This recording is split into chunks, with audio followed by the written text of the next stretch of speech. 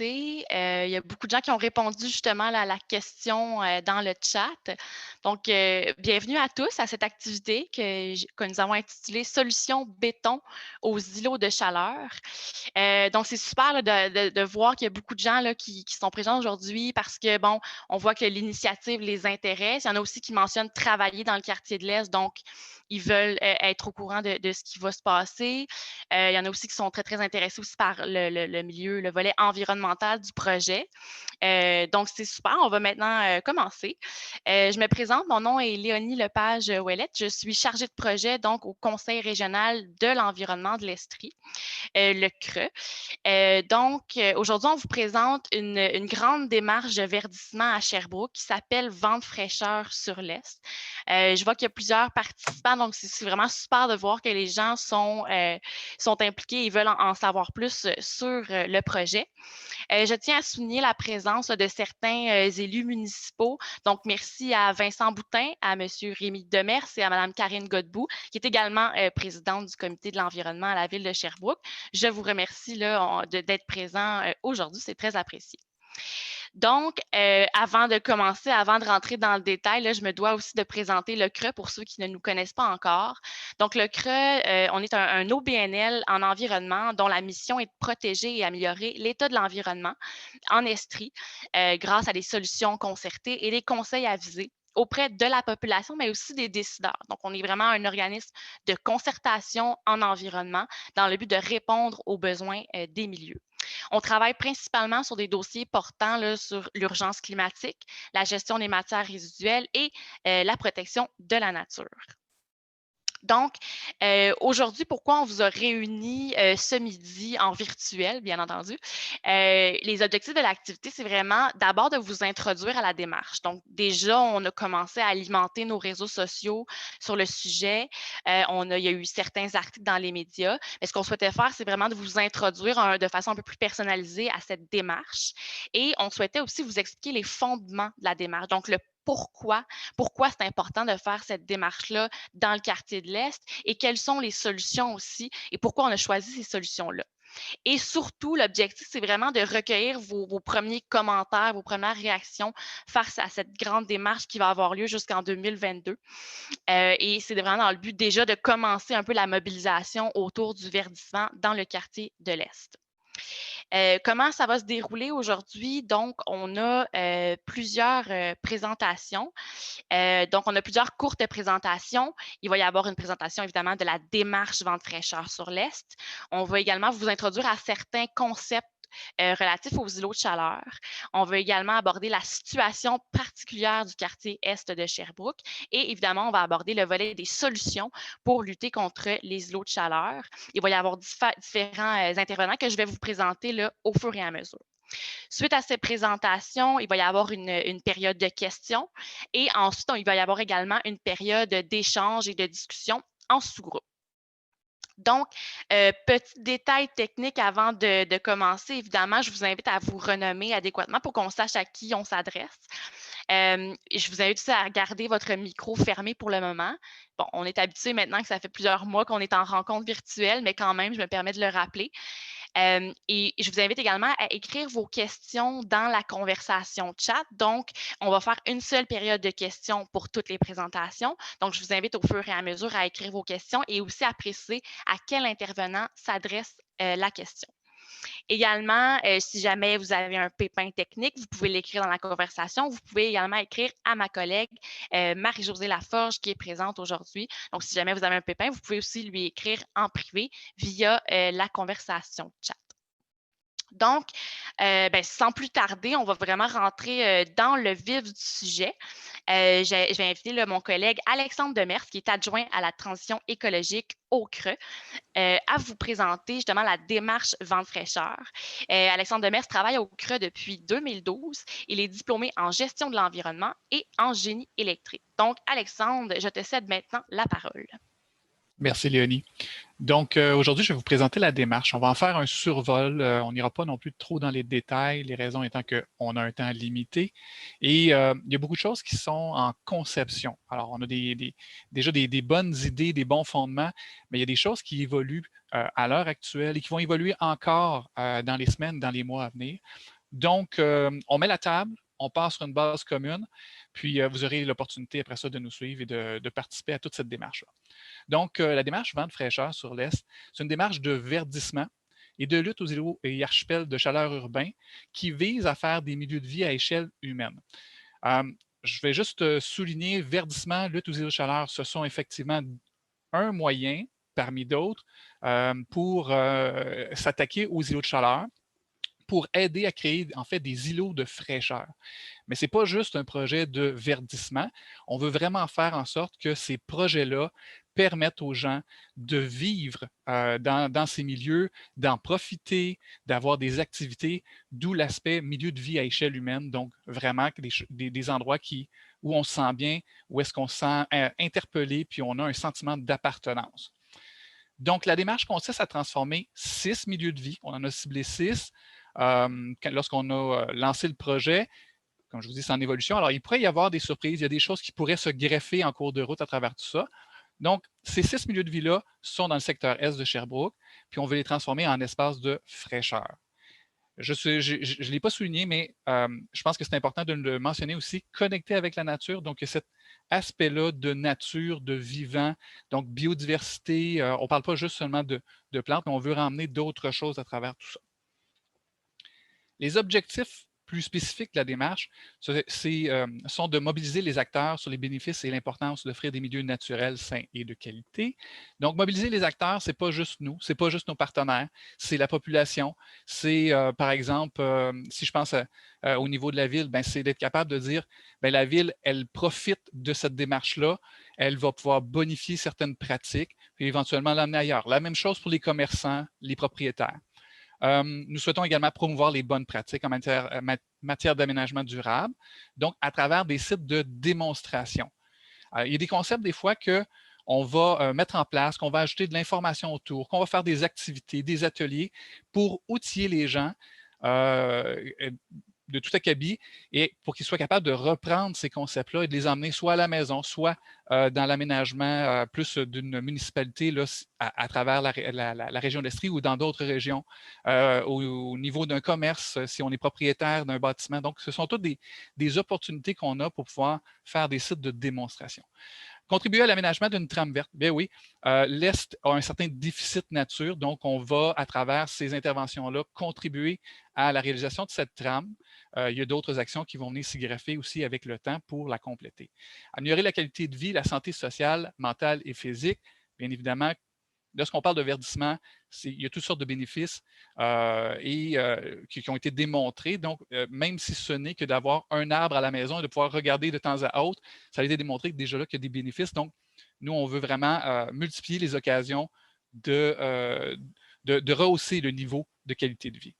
Lutter contre l'isolement, cet aspect-là, ça se voit davantage à travers les activités où les gens seront interpellés par des consultations, par de l'idéation, par le fait qu'ils vont pouvoir aussi participer littéralement à la mise en œuvre de certaines de ces actions-là. Toujours dans le but d'avoir des milieux de vie qui sont conviviaux. Donc, les gens vont aussi pouvoir s'y rendre, y vivre, y découvrir des choses. Puis nous, on va aussi emmener à travers ça comme je l'ai dit tantôt, des ateliers, des conférences pour animer. Évidemment, si on réussit à créer des îlots de fraîcheur, ben, normalement, ça a aussi des bénéfices des bénéfices économiques là, sur l'entretien et la construction d'infrastructures urbaines. La trame verte dont on parle, donc on a déjà plusieurs éléments. Je vous situe grosso modo où est-ce que les interventions vont se faire. Donc, vous voyez, ici, on a le marais réal Carbonneau, on a le parc Victoria, le parc Sylvidègue qui apparaît en vert ici, mais est quand même très asphalté. Et là, on va venir se greffer à travers nos différents projets, à travers les sites de nos partenaires, comme ça ici. Je vous les présente dans un instant, et à travers un ensemble d'actions qui va graviter autour de la King Est, entre autres. Les 6 projets, se situe au Cégep de Sherbrooke, à l'école primaire des Avenues, sur et autour de la King Est, au centre d'hébergement Saint-Vincent, à l'Hôtel Dieu. Et il y aura également la mise en œuvre, la mise en place d'un jardin collectif. Ce jardin collectif-là, pour l'instant, le site n'est pas arrêté. Il pourrait y avoir plus d'un site. Il y a déjà des endroits qui ont été identifiés. Au total, ce qu'on souhaite réaliser à travers tout ça, c'est une plantation de plus de 400 arbres. C'est retirer des surfaces minérales. C'est permettre la gestion de l'eau directement sur les sites plutôt que de dire elle ruisselle, elle s'en va aux égouts pluviaux, si on est chanceux, si on n'est pas dans un système unitaire. Et puis, à introduire là, différents concepts, comme par exemple le verdissement de façade, des murs végétaux, et puis même, on pourrait parler de réflectance, par exemple, avec des ombrières ou en changeant la couleur de certains aménagements au sol. Je vous présente les sites d'un peu plus près en images pour que vous puissiez vous faire une tête. Donc, le Cégep de Sherbrooke est déjà un milieu qui est, somme toute, avec plusieurs îlots de verdure. Malgré tout, autour des pavillons, on retrouve énormément de surfaces minérales asphaltées. Il y a des initiatives ici et là quand même intéressantes qui ont déjà eu lieu. Par exemple, l'arboretum derrière les résidences ou encore en devanture face au pavillon 2. Donc, il y a déjà des belles choses qui se font, mais ça va être bonifié, ça va aller plus loin. Donc, je vous ai parlé des stationnements. Il y a, par exemple, les talus qui sont mis à nu. Le cœur du campus peut être bonifié aussi dans les actions pour le rendre encore plus accueillant, plus attrayant. Au niveau de l'école des avenues, il y a de très beaux arbres qui existent déjà, qui sont rendus à maturité, mais dans l'ensemble de la cour d'école, on constate comme quoi que c'est surtout minéral. Il y a à peu près pas d'ombre qui existe. Présentement, cette cour-là, bien, même les modules là, que vous voyez en bas à gauche n'existent plus. Donc, il y a vraiment littéralement un vent de fraîcheur à mettre sur cette cour. Donc, un beau projet là, qui va se réaliser de ce côté. Centre d'hébergement Saint-Vincent, de l'asphalte à profusion, des toits plats, donc beaucoup d'espace où est-ce qu'il y a une captation lumière, chaleur. Et du côté de l'Hôtel Dieu, c'est sensiblement le même portrait, avec des opportunités de transformer les choses. Ce que je veux souligner dans cette démarche-là, c'est que c'est une démarche où l'ensemble de Vent de fraîcheur est pensé, conçu et réalisé par et pour les milieux. C'est-à-dire que ce n'est pas le CRA qui est arrivé du jour au lendemain pour dire on va réaliser ceci. Non, non. On s'est attaché avec des partenaires, avec des projets qu'il y avait déjà. Et puis, par exemple, juste pour en nommer quelques-uns, au Cégep de Sherbrooke, déjà en 2019, il y avait une consultation de la population étudiante pour leur demander qu'est-ce que vous aimeriez voir sur le campus. Alors, il y a eu une séance d'idéation, priorisation, et déjà, à l'automne dernier, il y avait certains éléments du projet qui ont commencé à être testés. Et ici, on voit, entre autres, là, lors d'une consultation, voir comment est-ce que les utilisateurs réagissaient à ce projet pilote mis en œuvre temporairement. Du côté de King S, il y a eu des consultations également en 2019 qui ont eu lieu dans le cadre de rue principale. Et ça l'a donné toutes sortes d'éléments à travailler pour dynamiser l'espace. Donc, entre autres, là, en ce moment, il y a la placette qui a commencé à prendre forme. Et puis, ça continue parce que si vous y allez aujourd'hui, il y a un autre décor qui a été mis pour la Saint-Valentin. Mais bien évidemment, ça va continuer à se faire à partir du printemps avec un ensemble d'aménagements plus complets et avec toutes sortes de démarches sur la rue King Est et aux alentours là, pour verdir l'espace. Moi, ce que je veux vous inviter à faire, c'est de participer à tout ça. Donc, vous allez avoir des opportunités. Donc, il y aura des consultations, des ateliers, des conférences, des appels à participer à la réalisation. Donc, profitez de ces opportunités-là pour se joindre à nous, à nos partenaires, profitez des endroits qui vous sont offerts, puis proposer des idées également. On est toujours ouvert pour pouvoir bonifier le tout. Je conclurai peut-être juste avec l'information comment nous suivre, comment nous rejoindre. Donc, vous pouvez aller sur notre site web, ventefraîcheur.environnementestrie.ca. Via Facebook, c'est là qu'on aura peut-être un échange plus dynamique. Et Instagram également, on est récemment présent. Alors, ça fait le tour pour moi. J'espère que ça vous a inspiré. Et bien, évidemment, là, je prendrai les questions tantôt là, dans la période. Merci, Alexandre. Ça met bien, je pense, la table pour le reste de l'activité. Puis je pense que ça commence aussi très, très bien le volet, le message qu'on veut lancer, c'est-à-dire qu'on veut commencer la mobilisation, on veut commencer aussi à impliquer la communauté dans le projet. Donc, merci beaucoup. On va passer maintenant à la présentation de Audrey Larochelle, qui est coordonnatrice du programme Milieu de vie en santé chez Nature Québec. Audrey, tu peux maintenant commencer à partager ton écran. Donc, Audrey travaille chez Nature Québec depuis 2019. Elle s'intéresse particulièrement aux problématiques environnementales en ville, mais surtout aux initiatives locales et citoyennes qui prennent forme pour répondre à ces problématiques. Elle est détentrice d'un baccalauréat en urbanisme et d'une maîtrise en gestion de l'environnement. Donc, Audrey aborde aujourd'hui les concepts relatifs aux îlots de chaleur. Alors, à toi la parole, Audrey. Oui, bonjour à tous. Donc, c'est un plaisir d'être avec vous ce midi. J'espère que vous m'entendez bien, que vous voyez bien mon écran. Oui, génial. Donc, juste pour mettre un petit peu là, la table, en fait, sur la problématique des îlots de chaleur urbains, que je vais communément appeler ICU pour le reste de la présentation, juste pour simplifier mon message. J'aime ça commencer en disant le chiffre 12. Donc, pourquoi le chiffre 12? En fait, ça fait directement référence aux îlots de chaleur urbains, qui est un concept selon lequel, en fait, il y a certains endroits au sein d'une même ville ou même au sein d'un même quartier où la température peut se retrouver à être beaucoup plus élevée qu'à un autre. Donc, c'est à différentes échelles, mais en général, c'est vraiment une échelle qui est très, très locale. Il y a différents types d'îlots de chaleur urbains, selon, en fait, où est-ce que ça se situe en termes de hauteur. Donc, le premier type, c'est vraiment au niveau de la température de surface. Donc, si on vient toucher avec sa main au sol, la température du sol, ça fait référence au premier type d'îlot de chaleur urbain, qui est comme la température au sol. Ensuite, il y a une deuxième couche d'îlot de chaleur qui est au niveau de la canopée urbaine. Donc, c'est la masse d'air qu'il y a entre le sol et la cime des arbres. Donc, c'est souvent à cette couche-là à laquelle on fait référence. Puis, c'est également cette couche-là qui, généralement, va être qui va avoir une température la plus élevée.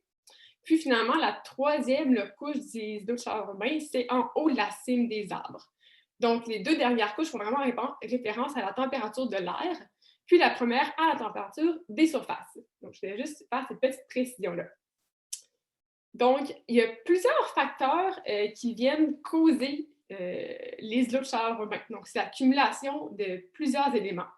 Une première chose, c'est la question des gaz à effet de serre. Donc, évidemment, plus on a de gaz à effet de serre dans l'atmosphère, ça vient créer une couche qui vient bloquer les rayons du soleil et qui crée un réchauffement général de l'atmosphère. Ensuite, on a aussi une question de végétation. En fait, là, depuis les années 1960, on constate qu'il y a une dégradation importante du couvert forestier dans les villes, même que certains chercheurs vont dire qu'il y a une extinction en cours là, du couvert végétal.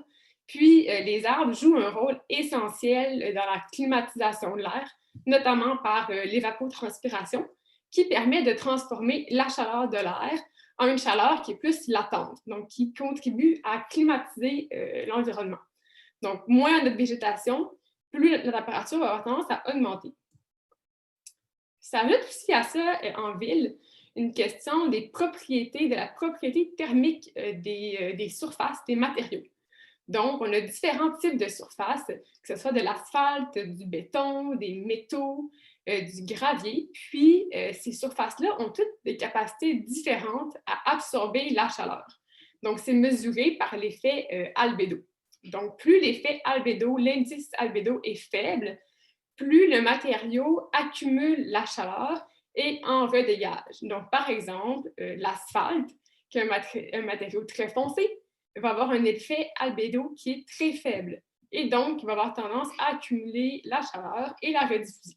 Donc, dans les villes, on le sait, on a beaucoup de surfaces comme des toits, des stationnements, la brique, Donc, tous des matériaux qui ont un effet albédo très faible, ce qui a comme impact de réchauffer également l'atmosphère. Un autre facteur d'influence, c'est la question de la morphologie urbaine. Donc, la forme des villes, la hauteur des bâtiments, la dimension des rues, la largeur entre les différents bâtiments, c'est toutes sortes d'éléments qui ont un impact. Par exemple, un bâtiment qui est plus élevé va créer plus d'ombre au sol. Mais par contre, il y a aussi un risque d'accumuler davantage de rayons du soleil parce qu'il y a plus de matériaux. Donc, ça peut venir contribuer à réchauffer l'atmosphère. Il y a aussi une question de corridor de vent qui peut se créer entre les différents bâtiments. Donc, si les bâtiments sont très élevés et très rapprochés, l'air peut se retrouver à être coincé, en fait, dans la première couche de l'atmosphère, dans la première couche qui est entre le sol et la cime des arbres, puis créer vraiment un environnement qui est très chaud. Puis, ça se perpétue même durant la nuit. Parce que, bon, durant la nuit en général, en haut des bâtiments, donc à la surface des bâtiments, il y a une couche d'air frais qui va se créer, puis qui va empêcher l'air haut de monter. Ce qui fait en sorte que, durant la nuit, les matériaux continuent à dégager de la chaleur, puis que ça reste un environnement très chaud, même si normalement, ça devrait se rafraîchir. Et puis finalement, une cinquième cause des îlots de chaleur urbains, c'est les activités anthropiques, donc les activités humaines. Par exemple, la climatisation, l'utilisation de véhicules motorisés, l'industrie, les activités industrielles. Donc, c'est toutes les activités humaines qui vont créer de la chaleur. Donc, en fait, les moteurs créent de la chaleur. Donc, c'est un petit peu un effet pervers parce qu'on va, par exemple, en période de haute canicule d'été, pour essayer de contrer des impacts négatifs de la chaleur, on va utiliser un climatiseur qui lui-même va dégager de la chaleur. Donc, c'est un petit peu un cercle vicieux. Les conséquences des îlots de chaleur urbains sont nombreuses. C'est des conséquences qui sont relativement néfastes. Donc, c'est pourquoi, en fait, un peu par ce projet-là, on essaye de venir atténuer les îlots de chaleur urbains. Donc, il y a des conséquences sur l'environnement. Donc, les îlots de chaleur contribuent, entre autres, à la formation du smog. Ça contribue également à une hausse de la demande énergétique. Donc, comme je disais tout à l'heure, par exemple, plus il fait chaud, plus on va avoir tendance à utiliser des climatiseurs. Donc, ça augmente la consommation d'énergie. Puis, ça va aussi demander une hausse en demande de l'eau potable. Donc, un des bons exemples que je viens de dire, c'est par exemple en période de canicule, souvent les heures de piscine extérieure vont être prolongées, les heures d'ouverture des jeux d'eau aussi. On va chercher à s'hydrater davantage également. Donc, on a une pression qui est plus grande sur la consommation d'eau potable. Ensuite, au niveau de la santé, ça a également plusieurs conséquences. Donc, les périodes de chaleur extrême peuvent engendrer des stress thermiques importants. Par exemple, ça peut créer des inconforts, ça peut créer des faiblesses, des troubles de la conscience, des crampes, donc toutes sortes de conséquences. Il y a des personnes qui sont assurément plus exposées à ces risques-là, par exemple les travailleurs de la construction qui peuvent passer des heures à refaire des toitures alors qu'il fait 30 degrés Celsius à l'extérieur. Sinon, ça a aussi pour impact d'exacerber des maladies chroniques, donc des maladies qui sont déjà préexistantes. Par exemple, le diabète, les maladies cardiovasculaires, les maladies cardio-respiratoires. Et ça peut même aller jusqu'à entraîner la mort des personnes qui ont des prédispositions. Donc, c'était mon prochain point, donc une hausse de la mortalité lors des vagues de chaleur. À titre d'exemple, en 2018, qui a été l'été le plus chaud qui a été enregistré au Québec dans les 146 dernières années, on a constaté environ 86 décès supplémentaires liés à la chaleur. C'est sûr, en plus, que les maladies liées les mortalités liées à la chaleur sont souvent très sous-estimées parce que, justement, c'est combiné à d'autres maladies qui sont préexistantes, comme les risques cardiovasculaires et cardio-respiratoires, ce qui fait en sorte que les chiffres qui sont donnés, comme le 86 décès, est probablement beaucoup plus petit que ce qu'il est dans la réalité. Donc, il Et évidemment, les vagues de chaleur, ça crée une pression également sur le système de santé qui doit être capable d'offrir des services de plus grande ampleur et adéquats au moment opportun. Donc, un autre élément qu'il faut prendre en considération, également, c'est la question des inégalités, en fait, dans l'espace. Donc, ce n'est pas l'ensemble des quartiers, des secteurs qui sont soumis à la même vulnérabilité aux îlots de chaleur urbains. Donc, les individus et les groupes sociaux ne sont pas égaux, ni exposés aux nuisances et aux risques environnementaux de la même manière, ni n'ont pas accès aux mêmes ressources. Donc, ce qui fait en sorte que souvent, c'est les quartiers qui sont les plus défavorisés et les quartiers les plus centraux qui sont les plus vulnérables aux îlots de chaleur urbains. Parce que c'est souvent dans ces endroits-là qu'on constate qu'il y a moins de végétation, puis qu'il y a aussi moins de services. Par exemple, moins de pharmacies, moins de CLSC pour pouvoir venir pallier à cette vulnérabilité-là. Ce qui fait en sorte que dans les projets d'ICU, souvent, on va venir favoriser vraiment les clientèles qui sont les plus vulnérables. Donc, les populations qui sont plus défavorisées parce qu'ils ont moins accès à la nature, les personnes âgées qui ont une santé un petit peu plus précaire et qui sont plus impactées par les vagues de chaleur, et puis également les jeunes enfants. Donc, voilà, ça faisait le tour de ma première introduction par rapport aux îlots de chaleur urbains. Je te donne la parole, Léonie. Merci beaucoup, Audrey. Très intéressant. Je pense qu'on constate à quel point les îlots de chaleur ont des impacts importants sur l'environnement, mais aussi sur la santé des communautés. Je pense que c'est d'autant plus important d'agir sur ces deux fronts-là. Par des solutions, là, notamment de verdissement. Donc, on va maintenant passer à la présentation de Mme Ingrid Dubuc, qui est directrice du Bureau de l'environnement à la ville de Sherbrooke. Elle va nous présenter vraiment la situation un peu plus particulière du quartier de l'Est, donc pourquoi aussi on a décidé d'agir sur le quartier de l'Est. Ingrid Dubuc possède plus de 15 années d'expérience en administration et gestion dans les milieux municipaux, universitaires et privés. Elle a notamment été par le passé chef de division des sports et des événements à la ville de Sherbrooke. Elle complète actuellement une maîtrise en environnement. Elle était titulaire d'une maîtrise en administration des affaires et bachelière en sciences de l'activité physique. Donc, Mme Ingrid Dubuc, je te cède la parole. Bonjour, est-ce que vous voyez bien ma présentation? Oui, excellent, très bien. Merci. Merci de nous accueillir ce matin et ce midi, pour la petite présentation. Donc, très intéressant l'angle d'approche de Alexandre et de Audrey. Donc, je vais tenter d'être complémentaire, de ne pas répéter, mais l'objectif de la partie de ma présentation, c'est de vous dire pourquoi c'est ce secteur-là qui a été ciblé à la ville de Sherbrooke et quelles sont certaines visions au niveau de la ville pour la suite des choses. Je suis beaucoup moins bonne avec Zoom que Team, comme j'ai dit, fait que je vais essayer de bien faire ça quand même.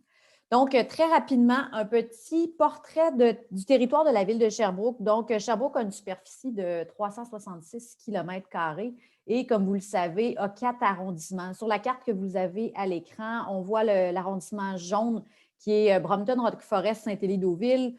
Celui dans le milieu, le bleu, le aqua, si je peux utiliser l'expression, qui est quant à lui des nations et qui est celui qui a la plus haute densité. À droite, où se situe le projet, donc en bleu marin, bleu mauve, c'est Fleurimont. Et en rouge, c'est l'arrondissement de Lennoxville. Donc, comme vous le savez, Sherbrooke, nous sommes la 6e plus grande municipalité de la province du Québec avec une population là, de plus ou moins 170 à 71 000 personnes en date de 2020.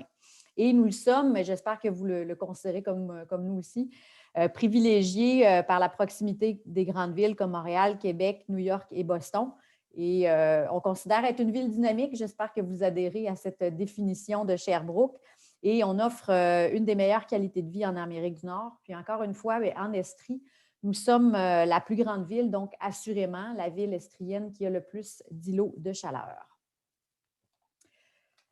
Toujours en termes de portrait îlot de chaleur, donc ce que vous voyez, c'est maintenant la cartographie que nous avons fait faire un print screen, excusez mon chinois, de l'Institut national de la santé publique du Québec. Et ça a été un des outils qui ont guidé la réflexion pour le choix du secteur.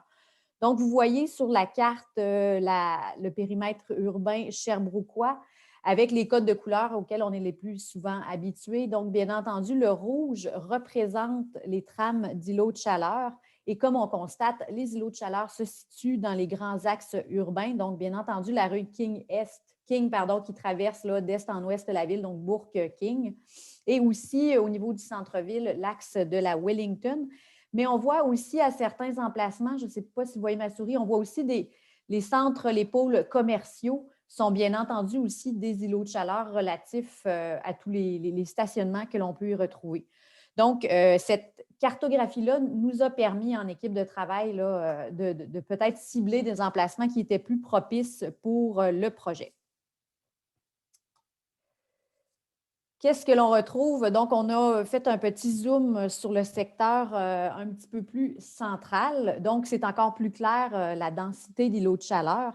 Donc, comme vous le savez, et comme ça a été bien dit par Mme Larochelle, donc les îlots de chaleur urbains sont non seulement dans les milieux urbains densément bâtis, mais font également leur apparition dans les banlieues, notamment à cause des développements commerciaux et des grandes surfaces. Et ça a été très bien nommé par mes prédécesseurs dans la présentation. La vulnérabilité de certains quartiers résidentiels repose entre autres sur le manque marqué de végétation et de surface végétalisée. Donc, la prochaine suite, ça vous permet de voir à l'intérieur de la carte des îlots de chaleur ce qu'Alexandre a bien démontré aussi, la zone qui délimite le projet de vent de fraîcheur. Donc, on voit que c'était clairement identifié que c'était un site où il y avait une très grande quantité d'îlots de chaleur. Autre élément qui a guidé la réflexion, et ça aussi, ça a été nommé par Mme Larochelle, on a une cartographie de la défavorisation matérielle et sociale à Sherbrooke qui est représentée par ce que vous voyez à votre écran, encore une fois avec les mêmes types de codes de couleurs. C'est basé sur des travaux faits par l'Observatoire estrien en développement des communautés qui permet de voir quelle est la défavorisation matérielle et la défavorisation sociale. La cartographie nous permet de voir encore une fois les zones en rouge, c'est où l'indice de défavorisation est le plus élevé. Donc, la zone qui a été sélectionnée dans le projet, bien entendu, correspond à ces critères. La zone, vous allez la voir apparaître, mais elle se trouve ici, encore une fois, dans des communautés qui ont un très fort indice de défavorisation sociale et matérielle. Donc, entre autres, ça peut représenter plus de 1000 habitants par kilomètre carré. C'est un des indices à l'intérieur de cette cartographie-là. Donc, vous voyez maintenant apparaître à votre écran quand on a… en fait, ce n'est pas par-dessus exactement, là, mais vous voyez, je ramène la même carte que tout à l'heure pour vous démontrer. On a encore les communautés qui étaient ciblées, là, la C4, que l'on voit ici, C4, C5 et C10, que l'on retrouve ici à l'intérieur de ce qui a été ciblé comme étant le projet de la zone, le projet sélectionné, pardon. Donc, bien entendu, le secteur a été choisi parce qu'il y avait peu d'actions de revitalisation ou encore peu de liens entre les îlots de verdure existants. Donc, tous ces éléments-là ont guidé la réflexion pour faire la recommandation de faire les travaux au niveau de l'est de la ville de Sherbrooke. Maintenant, je trouve important de profiter de l'occasion aussi pour vous mentionner que la ville de Sherbrooke a un plan d'adaptation au changement climatique. On y a fait référence là, un peu plus tôt, Madame Larochelle. Donc, c'est important que les villes puissent s'adapter aux différents changements climatiques. Donc, nous avons en 2013 adopté ce plan d'adaptation qui est sur 3 axes. L'axe des épisodes de sécheresse et de canicule fréquents et étendus, l'axe des épisodes de précipitations intenses plus fréquents et les épisodes de tempête de pluie, neige, verglas intenses et plus fréquents. Bien entendu, le travail qui est fait avec vent de fraîcheur sur l'Est va nous aider à travailler la portion de la sécheresse et des canicules plus fréquents et plus étendus. Donc, c'est un plan d'action qui s'étend de 2013 à 2023 qui, bien entendu, les travaux qui sont faits dans vent de fraîcheur de l'Est vont pouvoir nous aider à atteindre certains des objectifs de ce plan d'action-là. Mais il y a aussi la volonté, quand des travaux sont faits, peu importe à quel endroit dans la ville, de nous assurer de bonifier les différents projets à court terme pour faire plus d'aménagement, de verdissement. Il y a aussi une annonce récente qui a été faite toujours dans le secteur de l'Est pour l'ajout d'un jeu d'eau. Donc, ce n'est pas dans le dossier vent de fraîcheur, mais c'est aussi un élément dans notre adaptation au changement climatique. Encore une fois, ce sont des secteurs qui ont une très haute défavorisation sociale et matérielle, donc on a tout avantage à faire des projets, avec la communauté pour répondre à ces besoins-là.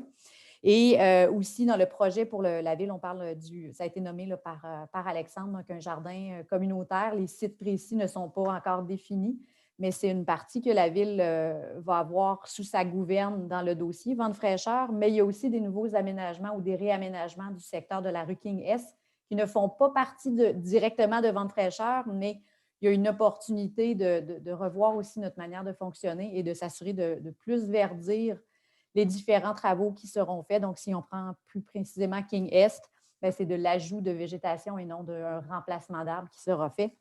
Mais c'est toujours dans cette optique-là de verdir les îlots de chaleur dans les projets à venir. Fait que pour ma part, c'était le petit... Merci beaucoup, Ingrid. Donc, merci. Il y a beaucoup de liens que tu as fait avec les concepts un peu généraux des îlots de chaleur et avec la situation particulièrement dans l'Est, on réalise que c'est très concret, les impacts que ça peut avoir vraiment dans un quartier, dans le quartier de l'Est de Sherbrooke. Donc, je pense que ça met bien la table sur la problématique qui a justifié un peu le choix du projet de ce secteur et du choix de tous les projets de verdissement qui vont naître.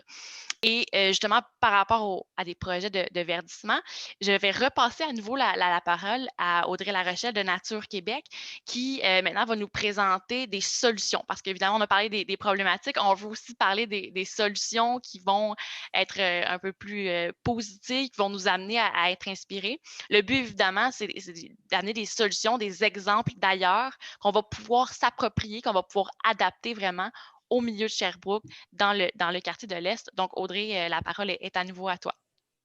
Oui, bon, mais rebonjour tout le monde. Comme disait Alexandre tout à l'heure, le verdissement urbain, c'est une des solutions aux îlots de chaleur urbains. On parle beaucoup de verdissement parce que je pense que c'est quand même quelque chose qui est très mobilisateur. Je vais quand même essayer de glisser un mot sur les autres pistes de solutions possibles aussi là, au cours de la présentation qui suit. Donc, j'aime bien commencer avec cette image-là. C'est une photo qu'on a prise l'été dernier à Trois-Rivières, vraiment pas loin de nos bureaux à Nature Québec. Donc, on voit 3 types de surfaces différentes. Donc, en bas à gauche, on voit un stationnement régulier là, en asphalte. Et on a pris la mesure de la température de surface, donc vraiment la température des matériaux, avec un petit, c'est un thermomètre à frigidaire, là, donc c'est rien d'extrêmement scientifique, là, mais c'est quand même intéressant pour montrer la différence qu'on peut voir dans les différents milieux. Donc on voit que c'était dans un stationnement régulier, là, on avait une température de 55 degrés Celsius, donc ça c'est une journée de grande canicule où il faisait environ 30 à l'extérieur, en plein soleil, sur l'heure du dîner. Ensuite, si on regarde un peu en haut, c'est encore une fois un stationnement, mais qui a été peint avec une peinture blanche, donc un revêtement blanc qui a un effet albédo, qui est plus élevé, donc qui reflète les rayons du soleil. Puis déjà là, on voit une différence de quand même 10 degrés Celsius, donc c'est quand même fou juste avec la couleur, la différence de température qu'on peut constater. Puis sinon, en grand, l'image qu'on voit, c'est une ruelle verte à Trois-Rivières, donc qui a été recouverte de pavés alvéolés avec des végétaux dans les différentes alvéoles. Puis ici, bon, c'était une température de 35 degrés. Donc finalement, on voit pratiquement une différence de 20 degrés Celsius entre un stationnement conventionnel et des pavés alvéolés. Donc je trouve que ça introduit quand même bien l'idée des effets de la végétation sur les îlots de chaleur urbains. Donc, juste pour revenir là, très rapidement un peu sur ce que je disais tantôt, le verdissement, ça a toutes sortes de bénéfices sur la santé de l'humain, donc autant sur la santé sociale, mentale que physique. C'est des impacts qui sont maintenant vraiment démontrés et reconnus par la communauté médicale, de sorte qu'on parle de plus en plus de faire même des prescriptions nature. Donc, d'avoir des recommandations officielles des médecins pour encourager les gens à aller passer du temps en nature. Il y a même certaines études qui mentionnent que de passer seulement 20 minutes en nature par jour permettrait, serait la façon la plus rapide d'augmenter notre niveau de santé et de bonheur. Donc, c'est quand même pas rien. Donc, d'un point de vue social, ça permet, entre autres, d'augmenter les échanges sociaux, parce que, bon, souvent, les milieux verts, c'est des milieux où on peut aussi faire des rencontres, échanger entre amis. Donc, ça augmenterait les capacités d'échange social. Ça diminuerait aussi le taux de criminalité des quartiers. De point de vue mental, ça réduit les symptômes de stress et puis également les symptômes de dépression. Puis, d'un côté physique, bien, ça encourage l'activité physique et puis également la réduction du taux de mortalité. Donc, c'est juste un petit rappel comme quoi ça a vraiment des bénéfices là, importants au niveau de la santé. Donc, il faut vraiment voir l'arbre comme étant, en fait, un moyen de prévenir les différentes maladies et les dépressions et tout ce qui est plus impact sur le niveau de la santé mentale. Donc, juste rapidement, là, en quelques chiffres clés, voici quelques impacts intéressants des arbres et des végétaux en ville. Donc, un arbre mature représenterait environ 5 climatiseurs qui fonctionnent durant 20 heures. Donc, on voit l'effet de diminution de la chaleur. Ensuite, une rue permettrait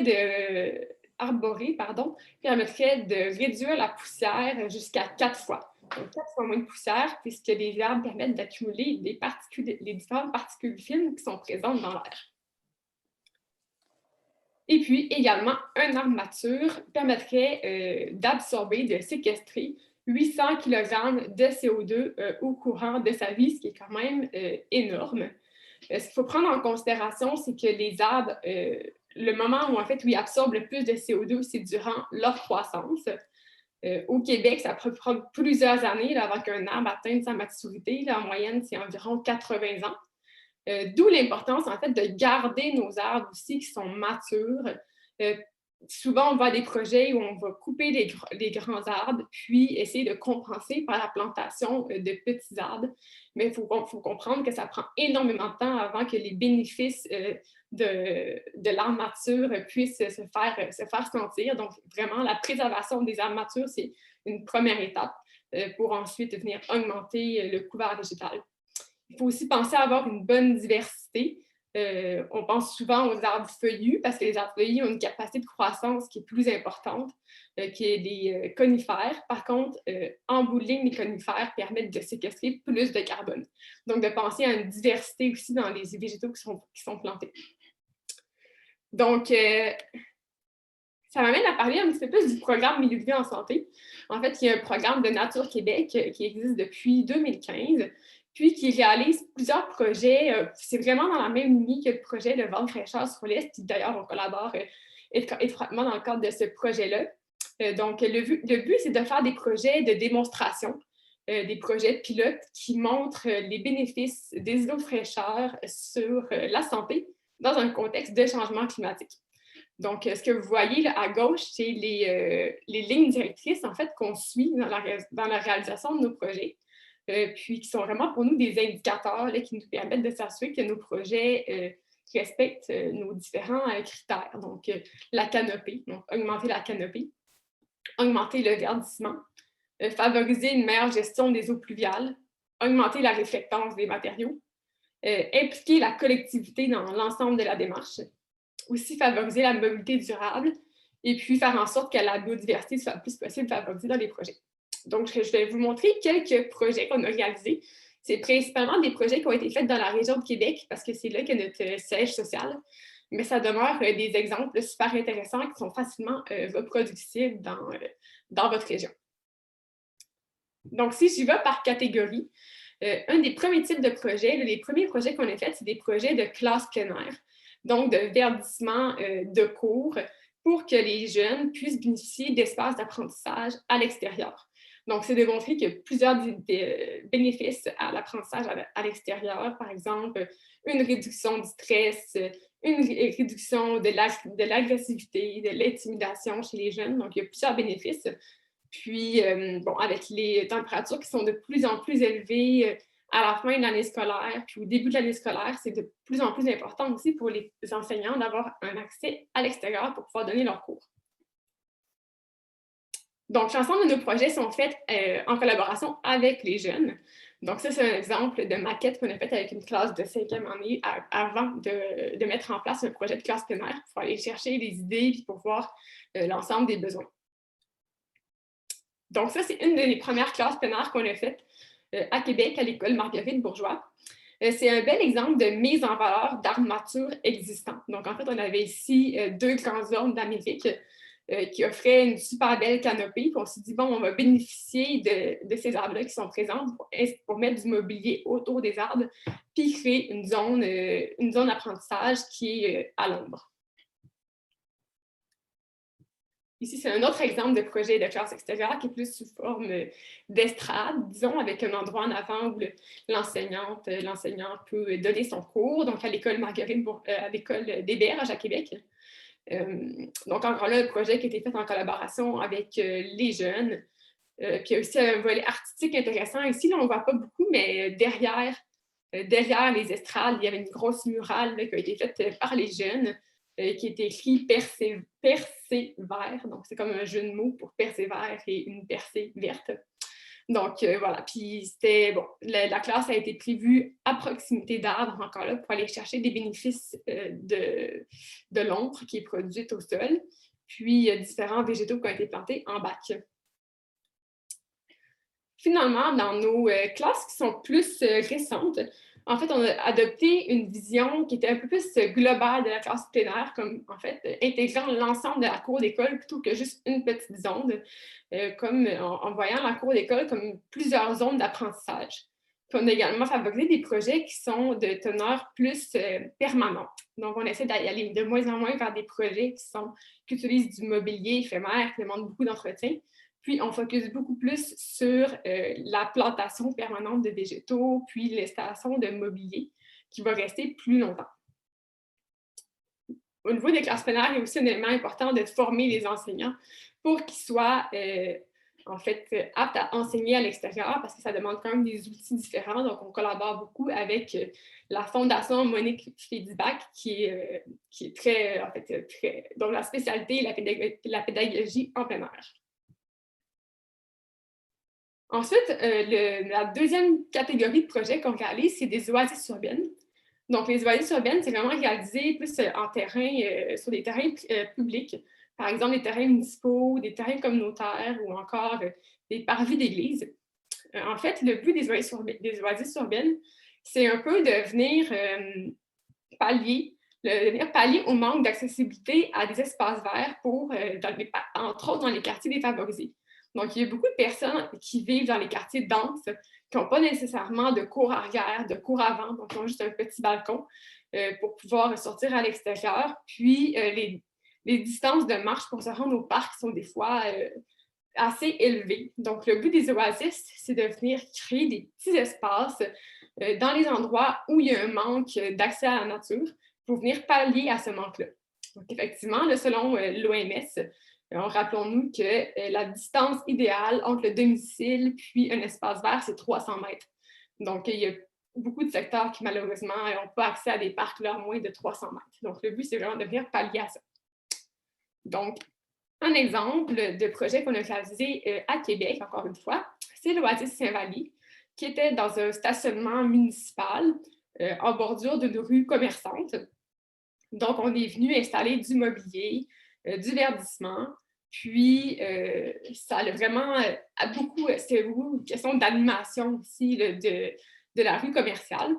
Donc, c'est un projet qui date maintenant de 3 ans. Donc, durant 3 ans, on a réinstallé les différents mobiliers à chaque été. Puis, l'année prochaine, il sera enfin officiellement permanent, donc avec retrait d'asphalte, puis une installation là, qui va être là 12 mois par année. Donc ça, c'est un beau succès, puis c'est quelque chose qu'on essaye d'apporter aussi dans les projets de places éphémères. C'est bien de faire des places éphémères, mais d'avoir une vision de permanence par la suite, ça pousse le projet beaucoup plus loin, puis ça permet d'avoir plus de maximiser les résultats. Donc ça, c'est un autre projet d'Oasis, toujours à Québec, mais sur le site d'un organisme communautaire. Donc ici, on retrouve beaucoup le volet nourricier. Donc, on a ajouté des serres, on a ajouté une forêt nourricière. Puis, c'est un endroit où il y a beaucoup de logements sociaux. Puis, problème d'insécurité alimentaire. Donc, on est venu un petit peu bonifier la possibilité de s'alimenter en produits frais. très rapidement parce que le temps file. Ça, c'est pas exactement un oasis, mais je voulais vous montrer quand même parce que c'est un exemple super intéressant qu'on a fait à la ville de Victoriaville, qui est un stationnement municipal sur lequel on est venu ajouter des grandes noues végétales. Donc, ce que vous voyez au centre ici, qui permet de venir capter les eaux de ruissellement. Puis également l'utilisation de pavés alvéolés. Donc, ça, c'est une photo qui a été prise tout de suite après la mise en place du projet. Donc, il n'y avait pas encore de végétaux qui poussaient entre les alvéoles, mais on peut se l'imaginer. Ensuite, on a également tous les projets d'établissements de santé, donc qui se font sur des sites d'hôpitaux, de CHSLD, de CLSC. Donc, on vient beaucoup toucher à la population âgée par ces projets-là. Donc, si c'est un projet à l'IUCPQ à Québec, donc l'IUCPQ qui est l'Institut universitaire de cardiologie et de pneumologie du Québec. Donc, on est venu acheter des bacs de potager, des forêts nourricières sur une zone qui était entièrement gazonnée. Ici, c'est un projet qui a été fait au Centre de réadaptation du Québec. Puis, c'était anciennement un terrain entièrement gazonné. Puis, on est venu ajouter comme des bandes, en fait, de prairies urbaines, donc des végétaux qui demandent très peu d'entretien, puis qui créent un effet de parcours. Donc, avec les courbes, c'était vraiment l'idéal pour ce qui est de la réadaptation physique. Donc, ça crée un espace intéressant pour les personnes qui sont en processus de réadaptation pour pouvoir aller faire des parcours en nature, finalement. Et finalement, le dernier volet que je voulais vous parler, très rapidement, parce que je sais que vous n'avez pas de ruelle verte, de ruelle, en fait, à Sherbrooke, mais c'est quand même un élément intéressant pour tout ce qui est implication citoyenne, en fait. Donc, la question de la mobilisation citoyenne dans ces projets-là peut facilement se répliquer sur d'autres types de projets. Donc, c'est pour ça que je voulais quand même vous le présenter très, très rapidement, là. Mais donc, à Québec, on est responsable des projets de ruelle verte. Ça implique la création de comités citoyens. Puis c'est vraiment eux qui mettent en œuvre le projet là, de A à Z, puis qui sont impliqués sur plusieurs années dans les projets. Donc ça, c'est vraiment la grosse force, disons, des projets de ruelle verte. Ça crée des mini-communautés qui sont très dynamiques. Donc, les ruelles vertes, bon, ça touche plusieurs éléments, autant le verdissement de la ruelle, mais aussi une question de sécurité dans la circulation routière, entre autres, qu'on peut retrouver dans les ruelles. Donc, ici, des exemples d'aménagements qui sont faits. Et ça, c'est un exemple d'événements, en fait, qui se font dans les ruelles. Donc, il y a souvent des micro-événements, des pique-niques, des pièces de théâtre, parce qu'il y a toutes sortes d'éléments créatifs qui se créent. C'est vraiment, ça crée vraiment un beau dynamisme. Puis d'ailleurs, je voulais un peu finir là-dessus, là, comme quoi, c'est tous ces petits projets-là accumulés ensemble. C'est ce qui permet de créer les fameuses trempes vertes dont Alexandre parlait un peu plus tôt. Donc, c'est en accumulant plusieurs petits projets puis en impliquant les citoyens parce que l'ensemble des terrains de municipalité, autant des terrains publics que des terrains privés, vont avoir un impact sur les îlots de chaleur urbains. Donc, tous les petits gestes peuvent faire en sorte qu'on crée des milieux plus verts puis qui vont créer des trempes vertes. Donc, je vous laisse avec ce beau proverbe chinois qu'on aime bien, qui est « Le meilleur moment pour planter un arbre, c'était il y a 20 ans, et le deuxième meilleur moment, c'est maintenant. » Merci Audrey. Merci Audrey, ça finit vraiment très bien là, le tour de présentation de cette citation-là. C'est très inspirant, je pense, de voir tous ces exemples qui se sont bâtis et qu'on souhaite maintenant le bâtir aussi dans le quartier de l'Est. On va prendre les questions là, rapidement, on va prendre les questions qui sont en ce moment dans la conversation chat. Puis par la suite, là, on va passer à la période d'échange de discussion en sous-groupe. Donc, merci vraiment beaucoup à tous les intervenants d'avoir animé ces présentations et ces interventions. Vous animez beaucoup la réflexion et la démarche aussi vente fraîcheur. Donc, dans le chat, il y a quelques questions. En fait, Jacques Gauthier demande une question, je crois, qui a été abordée par Audrey. Peut-être qu'Audrey, tu pourrais aussi compléter à ce sujet. On demande, est-ce qu'au lieu de planter des nouveaux arbres, ce ne serait pas plus souhaitable de simplement conserver les arbres matures existants dans des zones qui sont déjà boisées? Donc, Audrey, je pense que tu l'as abordé aussi, ce volet-là des arbres matures. Alors, qu'est-ce que c'est pas plus souhaitable de seulement conserver ces arbres matures? Oui, ben oui, je peux y aller, effectivement. Je pense que c'est vraiment une première étape, là. Souvent, on va avoir des projets de développement immobilier où on va venir comme couper les grandes armatures, puis les remplacer justement par des petits arbres. Si on peut idéalement réduire ces coupes-là, puis garder nos armatures, c'est vraiment comme un idéal et la première chose à faire. Ensuite, si on peut augmenter dans les endroits où il n'y a pas encore d'arbres, ben là, c'est comme une deuxième étape. Finalement, je pense que c'est des actions qui sont complémentaires. Je ne pense pas qu'il y en ait une qui est meilleure que l'autre. Elles se complètent là, pour favoriser des milieux, en fait, qui sont plus verts. Parfait. Donc, deux approches très complémentaires à mettre Exact. ensemble en même temps. Ouais.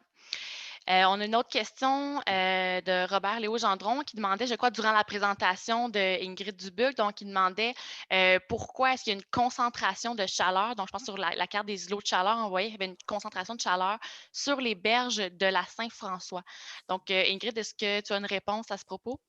Oui, je ne sais pas si vous m'entendez bien. Donc, en fait, c'est des photos satellites, c'est des prises de vue satellites qui sont utilisées pour la réalisation de la carte des berges. Donc, ils peuvent avoir du sable ou du roc affleurant. Donc, ça peut un peu fausser le résultat, le visuel. Donc, on est vraiment à haut niveau. Puis, c'est la carte que vous avez vue, c'est basé sur des pixels. Donc, ce n'est pas le fin détail, mais c'est plutôt un aperçu des îlots de chaleur que l'on revoit. Fait que c'est pour cette raison-là que ça ressort sur la carte. Parfait.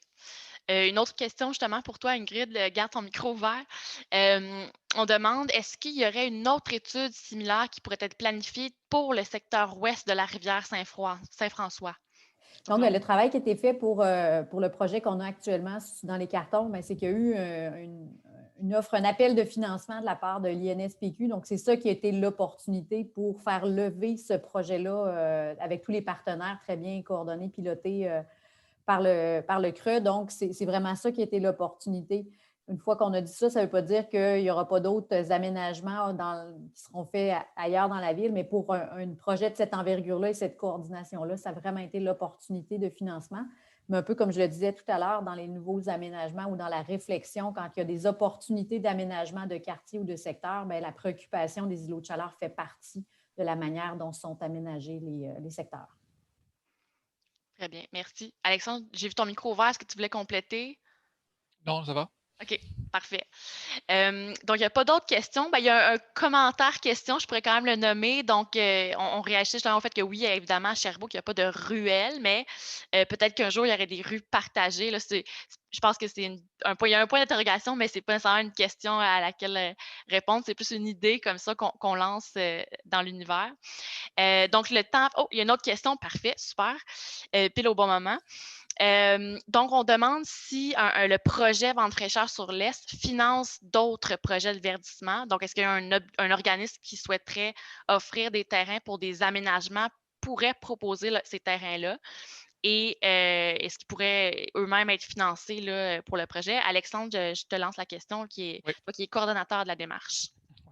En fait, c'est une question très intéressante, très pertinente. Si ces terrains-là étaient situés dans le secteur d'intervention ou à proximité, ça pourrait peut-être être une occasion effectivement, de pouvoir planter des arbres ou faire des interventions qui seraient prévues dans un autre projet.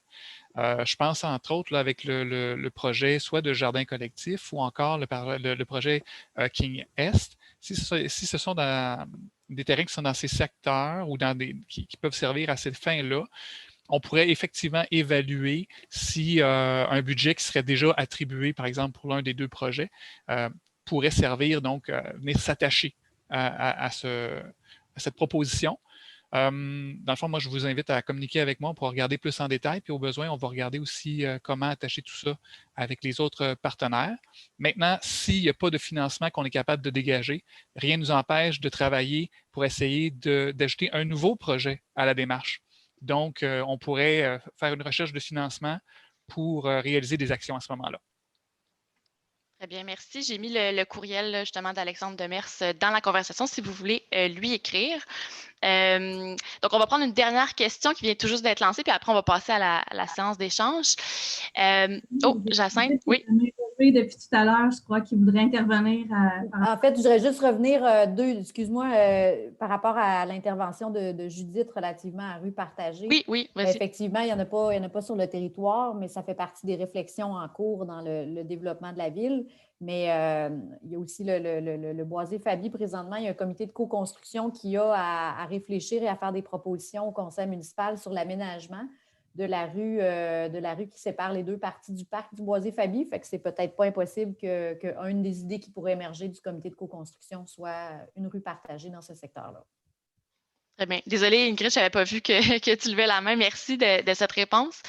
Donc là, je lis dans les commentaires, en fait, on nous demande si on connaît l'organisme Arbre Évolution. Merci, on va aller voir le site web pour plus d'informations. Donc, on va passer maintenant déjà à la période d'échange parce que le temps file. Ce qu'on souhaitait, en fait, c'est vraiment discuter avec vous. On va créer 4 salles de discussion. Donc, il va y avoir des animateurs dans chacune des salles. Il y a Alexandre Demers qui va être animateur. On a Geneviève Pomerleau également qui va être une animatrice. Il va y avoir Jacinthe Caron et moi-même. Et le but, c'est vraiment très simple. En fait, la question, c'est de savoir un peu c'est quoi vos premières réactions face à ce qu'on vous a présenté aujourd'hui, vos réactions par rapport là, au projet, aux exemples inspirants que Audrey vous a présentés, ou par rapport un peu quelles sont vos préoccupations par rapport à la situation dans le quartier de l'Est. Est-ce que ça vous préoccupe? Est-ce que vous avez des idées déjà à lancer? Donc, on va faire ça dans 4 salles différentes. On va également vous mettre un lien web vers un Padlet. Un Padlet, c'est un site web super interactif, merci Marie-Josée, où vous pouvez écrire des commentaires comme un peu des post-it sur un tableau. Le Padlet, c'est si vous n'avez pas le temps de vous exprimer dans votre groupe ou si après l'activité, vous avez d'autres commentaires à dire, on va laisser le Padlet ouvert jusqu'à 3 heures cet après-midi. Ça va vraiment nous permettre d'avoir tous les commentaires de tout le monde. Donc, n'hésitez pas à aller réagir là, sur ce Padlet. Et maintenant, on va passer directement en salle de discussion. Marie-Josée, tu peux déjà faire les salles. On se réunit par la suite ici en grand groupe à 1h13 bien tapant. Donc, vas-y, Marie-Josée, tu peux faire les 4 salles de discussion.